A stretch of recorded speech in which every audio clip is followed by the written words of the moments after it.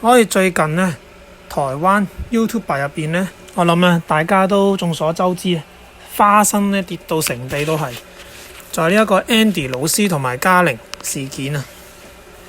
咁啊，其實睇翻呢一件事件呢，真係都要講笑咁講句啦，男仔真係要好好保護自己。喺呢一個時代呢，其實不論男同女都好啦，都有容易係好大機會成為受害者。我哋首先唔好理話性別上嘅優勢同劣勢先。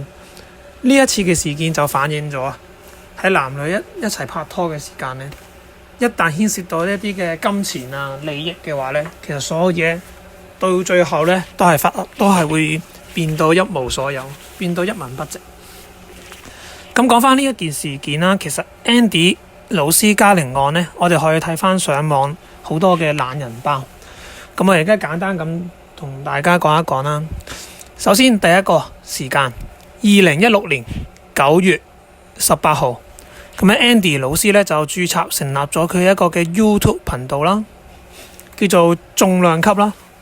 呢個頻道咧去到2017年2月18號咧就開始賺咗第一筆嘅廣告收益。咁啊喺呢段時段咧個 YouTube 嘅頻道就不停係咁營運啦，亦都越嚟越多嘅訂閱者啦。咁啊，根據翻個懶人包咧，喺2017年11月13號咧，Andy 老師就將佢嘅銀行嘅賬戶啦，同埋佢嘅印鑑咧，就交咗俾張媽媽託管。邊個係張媽媽？張媽媽就係佢嘅前任女朋友阿嘉玲嘅媽咪。咁啊，唔知點解要將呢一樣咁重要嘅嘢交俾嘉玲個媽咪啦。喺我嘅角度嚟講呢，你身為一個嘅 YouTuber 呢，其實應該係要全盤掌握下自己嘅銀行賬戶啦，同埋印鑑嘅。呢一樣嘢係非常之重要嘅。其實由佢一開頭將呢一筆嘅印鑑同埋將呢一個銀行嘅賬戶呢交咗俾張媽媽託管呢，其實已經係最大嘅錯誤啦。魔鬼嘅細節就係由呢一刻開始展現啦。咁其實站喺我嘅立場啦，如果我代入喺 Andy 老師嘅角度呢，我會覺得其實佢嗰陣時已經當咗阿嘉玲已經係佢未來嘅老婆。換言之，嘉玲嘅阿媽即係佢嘅外母啦。咁其實作為一個唔夠20歲嘅僆仔呢，其實係好自然呢就會將自己嘅信任交俾對方嘅。咁你諗下喎，你嘅外母點可能會害你呢？係咪先？一定係為你好噶嘛。咁佢嗰陣時可能真係年少無知啦，又或者佢同嘉玲嗰陣嘅感情真係非常之好，好到佢哋兩家人都可能成日食飯啊、傾偈啊。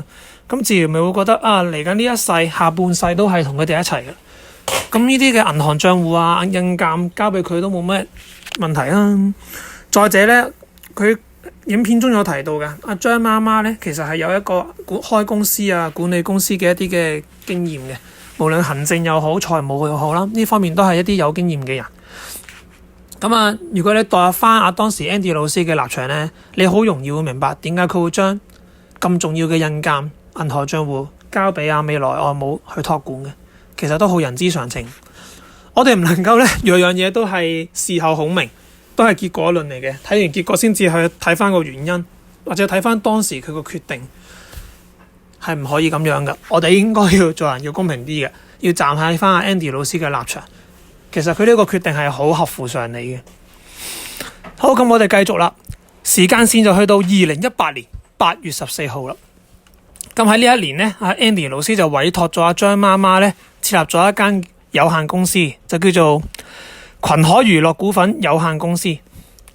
咁呢一間嘅有限公司呢，其實就係阿張媽媽自己額外成立出嚟呢，就話幫阿 Andy 老師可以呢更加好咁樣管理一啲嘅行政啊、財務嘅事務。咁等 Andy 老師可以將佢嘅注意力啊、精神啊集中喺一啲嘅影片嘅質素啊、後製各方面嘅行政嘅嘢呢，就交晒俾阿張媽媽啦。咁呢間叫做群海娛樂股份有限公司有啲咩人呢？首先有個監察人啦。就係阿張爸爸啦，即係嘉玲嘅爸爸啦。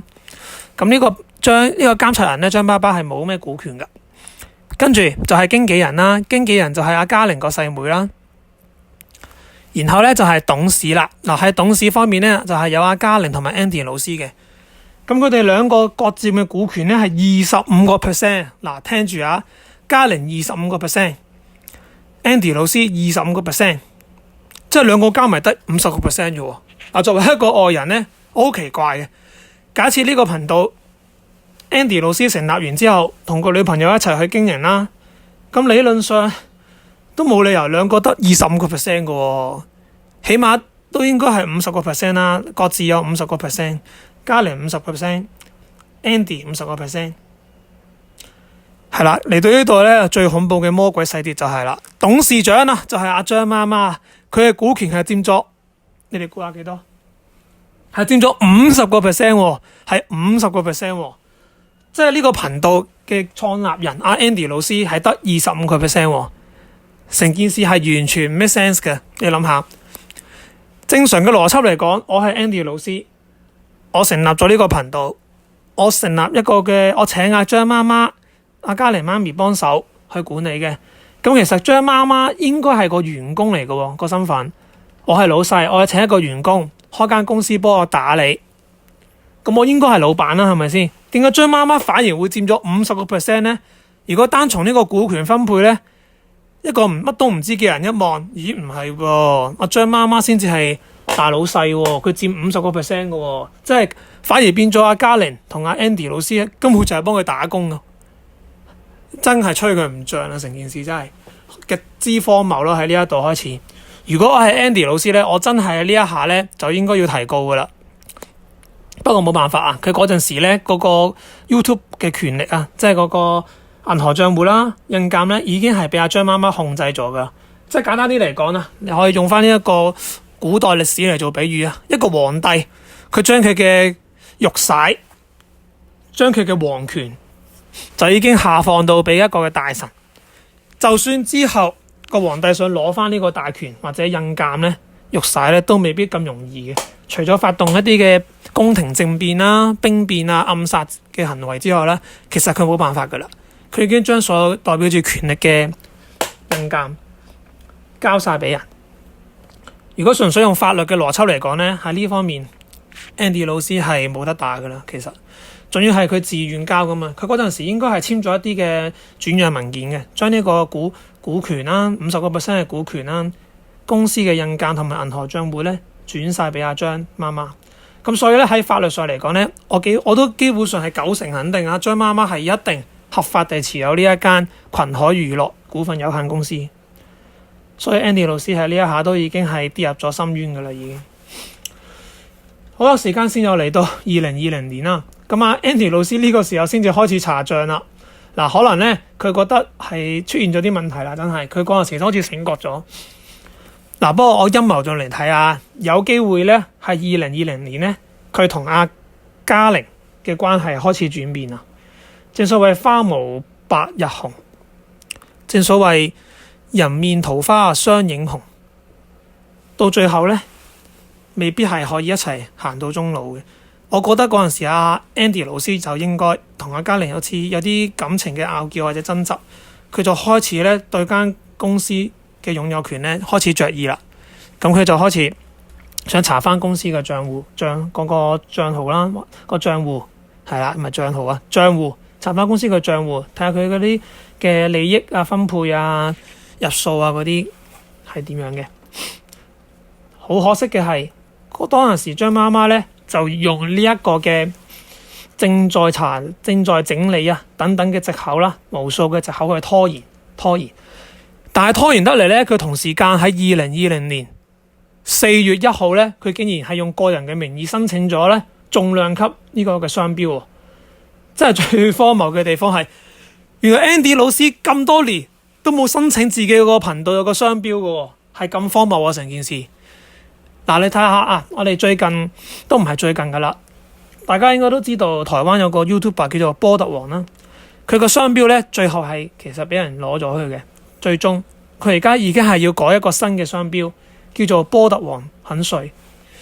咁所以由呢件事我哋可以睇到咧，可能 YouTuber 對於商標呢一樣嘢咧，其實唔係太注重嘅，或者嗰個意識冇咁強啊。佢冇諗過咧，有人會註冊佢嗰個商標，然後就用咗佢個商標，從而咧奪取埋佢嗰個頻道嘅。咁其實呢件事都係非常之荒謬啊，我覺得。應該日後如果 YouTube 真係想再保障翻一啲 YouTuber 嘅權益，應該由佢申請呢一個嘅頻道，開展咗呢個頻道嘅時候呢，就應該要通知佢哋立即註冊翻個商標，因為如果佢唔做呢一個行為呢，日後可能會俾其他人註冊呢個商標，然後呢就告翻佢轉頭。咁其實對於一個創作者嚟講係一個好大嘅影響。好，分享少少個人嘅意見之後呢，我哋繼續啦。咁喺2020年頭先講到4月1號，阿張媽媽用個人名義申請重量級商標啦，已經係第一步啦。第一步係慢慢想剝奪佢嘅 Andy 老師嘅擁有權。去到2024年，原來做咗成4年咯。4年之後佢哋先分手啊！雖然我個人陰謀論嚟睇呢，2020年佢哋4年之內就已經有啲嘅矛盾噶啦。不過原來要再等多4年喎，即係由佢哋拍拖到分手呢，係經歷咗8年嘅。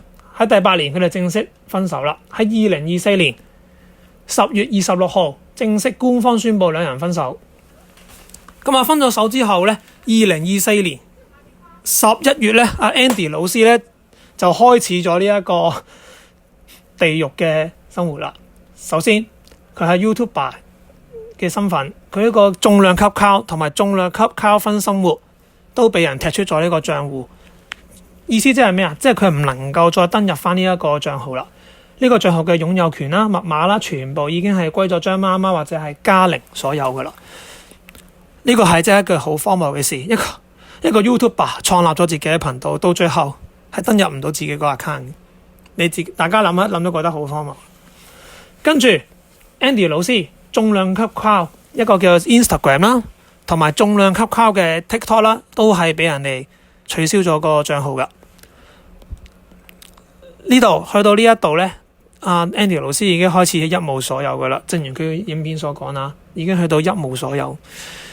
2024年11月13號，張媽媽繼續進攻啦。喺呢個時間呢，我覺得Andy 老師就真係好無力嘅。其實佢可能都想反擊，但係其實佢冇嘢做到。喺法律上嚟講，佢真係冇嘢做到。又或者呢段時間佢淨係揾阿嘉玲同佢斟一斟，或者傾下到底有冇得彎轉。譬如俾翻頻道嘅一半擁有權佢啦，又或者俾翻一半嘅收入俾佢啦。但係我相信呢，嗰陣時都係傾唔埋嘅。佢同阿嘉玲最後結果都係分手啦，都係冇復合到嘅。咁去到呢一步呢，其實 Andy 老師都已經輸到冇眼睇啦，我都。好啦，繼續時間線。2024年11月11號，張媽媽第一次開呢一個嘅股東大會。咁呢個嘅股東大會呢，正式宣布 Andy 老師被移除咗呢一個董事職位，亦都被要求簽署呢一個股權轉讓書。呢一度呢，我要提一提啦。董事職位同股權轉讓書其實係同一樣嘢嚟嘅。點解咁講呢？因為頭先呢，我提到嘅時間線嗰度 ，Andy 老師呢成立咗呢個群海控股呢間公司之後呢，群海娛樂股份有限公司，佢係董事啦，亦都係佔25% 嘅股權。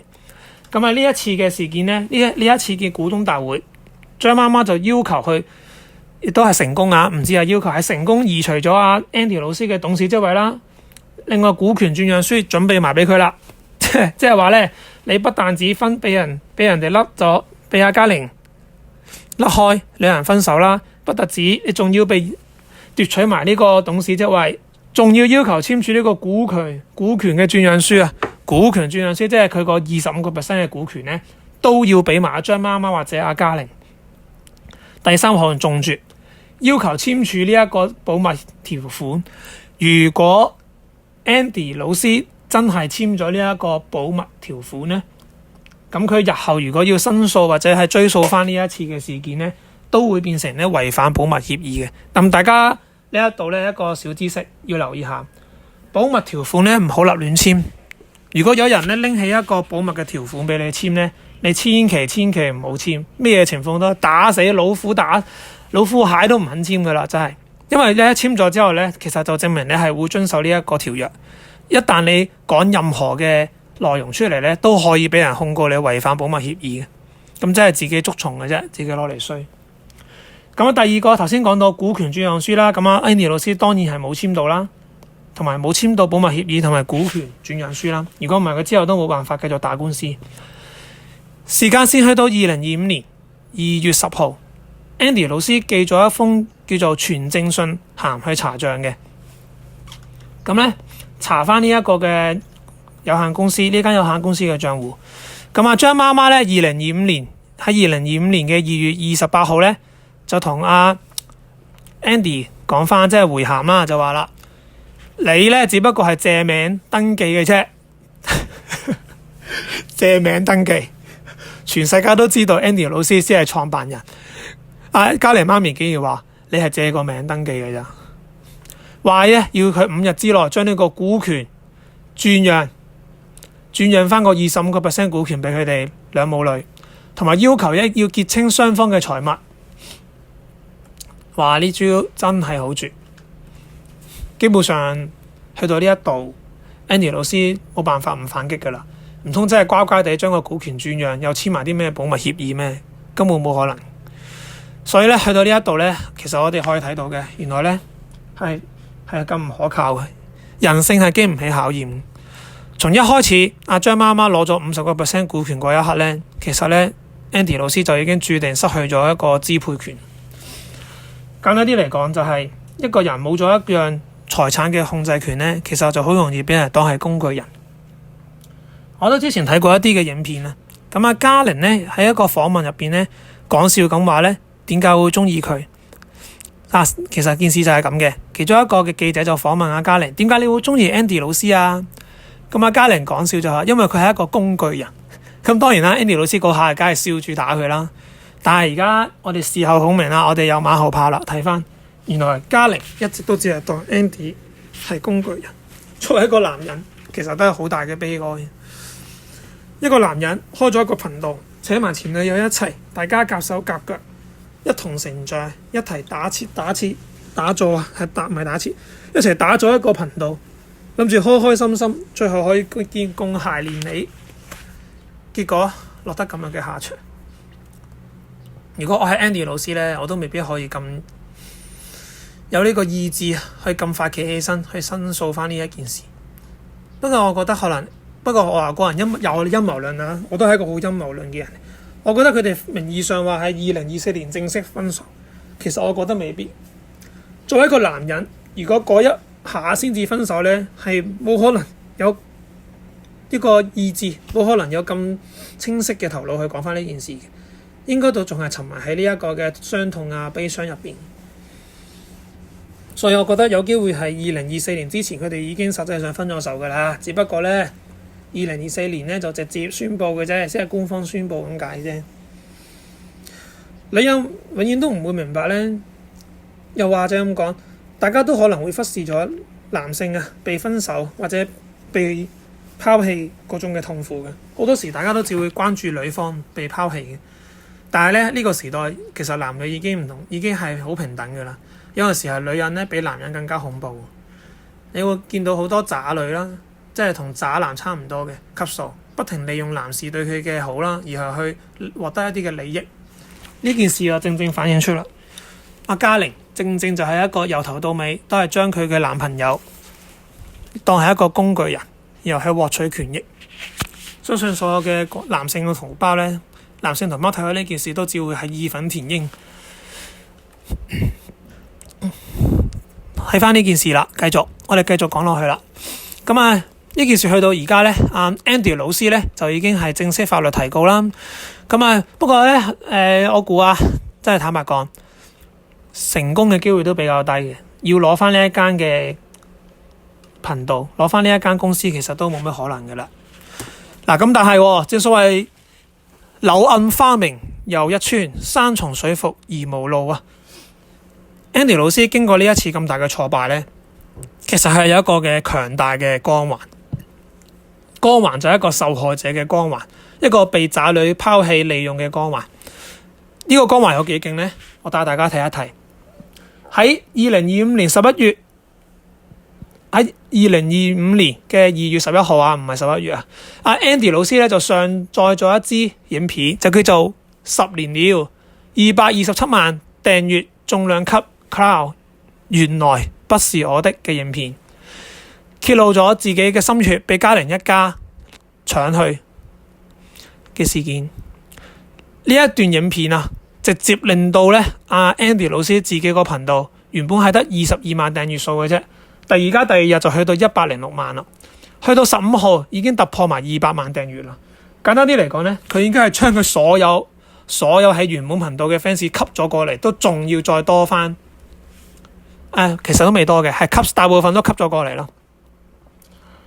如果你喺呢一件事，如果純粹從呢一個嘅得失方面，咁 Andy 老師梗係輸晒啦，係咪先？成間公司冇鬼晒喎。咁但係如果你喺未來嚟睇嘅話咧，其實輸嘅唔係 Andy 老師，輸嘅係嘉玲一家。點解咁講呢？重量級 Crowd 呢一個頻道成功嘅原因，最大嘅成功因素係邊個？梗係唔會係嘉玲媽咪啦，一定亦都唔會係嘉玲啦。大家都明白。Crowd 重量級能夠成功嘅話咧，其實主要係因為 Andy 老師。Andy 老師先係呢個頻道嘅核心人物同埋靈魂人物。如果從未來嘅利益或者發展方面咧，嘉玲媽咪將呢一個會生金蛋嘅 YouTuber Andy 老師搞到咁樣咧，其實佢根本就係自掘墳墓嘅。我好相信。基本上我係90%肯定咧，Andy 老師嚟緊呢5年咧，佢個 YouTube 頻道咧，只會係更加多人睇，而且會創出一個新嘅高峰。相反，佢個舊頻道Crowd重量級嘅話咧，只會被認為萬世唾棄。無論係嘉玲又好啊，或者佢媽咪都好啦，應該都好難再翻身噶啦呢一件事。咁當然啦，你都可以話嘅，佢哋已經揾晒錢啦，上晒岸啦，仲想靠呢樣嘢咩？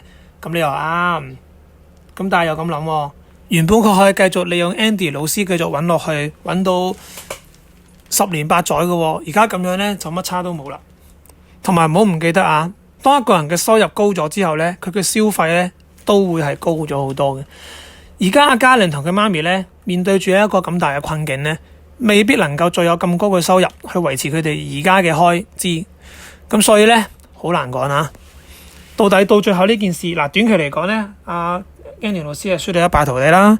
但係我哋做人呢個眼光要放遠啲嘅，長遠嚟講，輸嘅好大機會啊！如果從勝敗嚟論咧，好大機會係 Andy 老師嘅前女友嘉玲同埋佢屋企人。由於佢哋個頻道已經唔會再有人去訂閱啦，或者唔會再有人去睇啦，基本上未必揾到廣告商。再加上呢一件事件咧，我諗佢要洗底都要一啲嘅時間去洗底。除非嘉玲突然間變成一個好識得拍片啊，好識得捉住觀眾嘅眼球嘅 YouTuber 啦。如果唔係短期之內咧，都應該冇得翻身嘅。好啦，講咗咁耐，係時候都差唔多做一個總結啦。咁由呢一件事件，我哋可以睇到啦，喺現代社會咧，男仔真係要保護自己，好好保護自己，尤其係供樓嘅情況啦。我勸喻各位，如果有家室或者有樓嘅男士咧，千祈唔好將你個層樓嘅名寫你老婆，除非供錢嘅，即係供樓嘅係你老婆，買樓嘅都係你老婆，咁人哋寫翻自己個名係非常之合情，亦都係合理嘅。但係如果係你出錢去俾首期咧，然後自己又去供樓咧，但係個名係冇你份嘅，淨係寫你老婆嘅話咧，咁我就真係勸告你真係唔好咁做啦。至少都加翻你個名上去，大家共同擁有。如果唔係，一旦感情有變咧，最後咧你就會明白受苦嘅只係你自己嘅啫，唔好傻啦。我唔係話性別歧視有性啊，喺呢個時代咧，男性同女性都係各有私心。點解會有方被傷害啊？點解有時候係男仔被傷害，有時候係女仔被傷害咧？就係其中有一方太愛、太信任對方。愛是不保留呢，喺呢一個時代已經唔存在㗎喇。不保留嘅愛只會換來被傷害嘅結局。